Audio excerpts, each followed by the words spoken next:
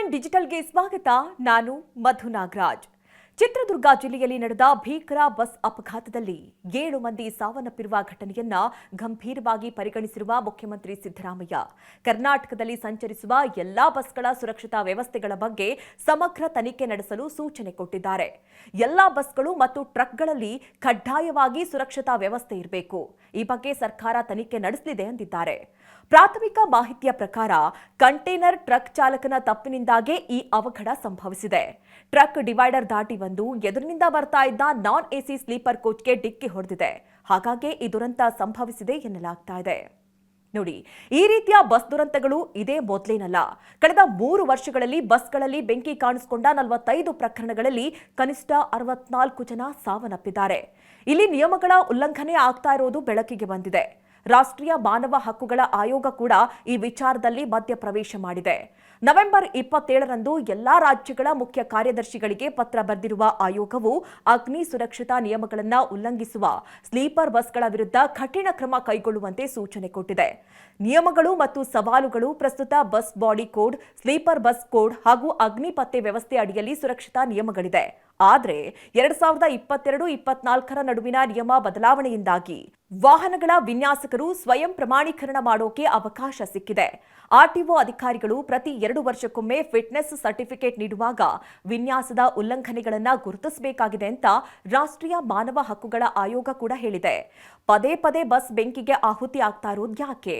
ಸಣ್ಣ ಸಣ್ಣ ಅಪಘಾತ ಆದರೂ ಬೆಂಕಿ ಹೊತ್ತಿಕೊಳ್ತಾ ಇರೋದು ಯಾಕೆ?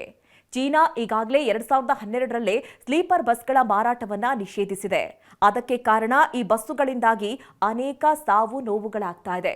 ಮುಖ್ಯವಾಗಿ ಎಸಿ ಬಸ್ಗಳಲ್ಲಿ ಹೆಚ್ಚುವರಿ ಟ್ಯಾಂಕ್ಗಳನ್ನು ಅಳವಡಿಸೋದ್ರಿಂದ ಬೆಂಕಿ ಹೊತ್ತಿಕೊಳ್ಳುವ ಸಂಭವ ಹೆಚ್ಚಾಗಿರುತ್ತೆ. ಕೇವಲ 2 ಡೋರ್ ಮತ್ತು 2 ಕಿಟಕಿಗಳೇ ಇರ್ತಾ ಇದ್ವು. ಇದರಿಂದ ಹೊರಬರೋದು ಕಷ್ಟವಾಗ್ತಾ ಇತ್ತು. ತುರ್ತು ಪರಿಸ್ಥಿತಿಯಲ್ಲಿ ಪ್ರಯಾಣಿಕರನ್ನ ರಕ್ಷಿಸುವ ತರಬೇತಿ ಕೂಡ ಇರಲಿಲ್ಲ. ಸ್ಥಳೀಯವಾಗಿ ಬಸ್ಸುಗಳನ್ನ ಮಾರ್ಪಾಡು ಮಾಡುವ ಕಾರಣ ಸರಿಯಾದ ನಿಯಂತ್ರಣ ಕೂಡ ಇರಲಿಲ್ಲ.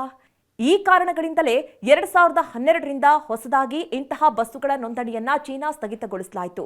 ಕಳೆದ ತಿಂಗಳು ಕರ್ನೂಲ್ನಲ್ಲಿ ಇಂತಹದ್ದೇ ಘಟನೆ ನಡೆದಿತ್ತು.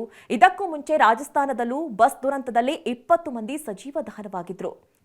ಇಲ್ಲಿ ಎಸಿ ಬಸ್ ಬೆಂಕಿಗಾಹುತಿ ಆಗೋದಕ್ಕೆ ಕಾರಣ ಬಸ್ನ ಕೆಳಭಾಗದಲ್ಲಿ ಮೇಲ್ಭಾಗದಲ್ಲಿ ಲಗೇಜ್ ಹಾಕೋದು, ಟೈರ್ ಸಾಗಾಟ ಮಾಡೋದು. ಹಾಗೆ ಈ ಬಸ್ಗಳಿಗೆ ಬೇಗ ಬೆಂಕಿ ಹೊತ್ಕೊಳ್ಳುತ್ತೆ.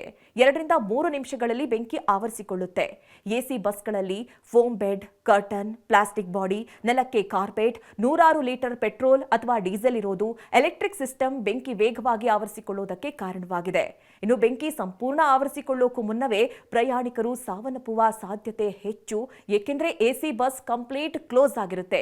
ಬೆಂಕಿ ಹೊತ್ಕೊಳ್ತಾ ಇದ್ದಂತೆ ಹೊಗೆ ಆವರಿಸಿಕೊಳ್ಳುತ್ತೆ. ಈ ಹೊಗೆಯಲ್ಲಿ ಕಾರ್ಬನ್ ಮೊನಾಕ್ಸೈಡ್ ಹಾಗೆ ಹೈಡ್ರೋಜನ್ ಸೈನೈಡ್ ರಿಲೀಸ್ ಆಗುತ್ತೆ. 60ರಿಂದ 90 ಸೆಕೆಂಡ್ ಈ ಹೊಗೆ ತೆಗೆದುಕೊಂಡ್ರೆ ಬ್ರೈನ್ ಡೆಡ್ ಆಗಿ ಸಾಯ್ತಾರೆ. ಹಾಗಾಗಿ ನಿಯಮದಂತೆ ಬಸ್ ಮಾರ್ಪಾಡು ಮಾಡಬೇಕು. ಪ್ರತಿ ನಿಯಮಗಳನ್ನ ಬಸ್ ಮಾಲೀಕರು ಸೇರಿದಂತೆ ಪ್ರತಿಯೊಬ್ಬರು ಪಾಲಿಸಬೇಕು. ಅಧಿಕಾರಿಗಳು ನಿಯಮ ಉಲ್ಲಂಘಿಸುವವರ ವಿರುದ್ಧ ಕ್ರಮ ಕೈಗೊಳ್ಳಬೇಕು.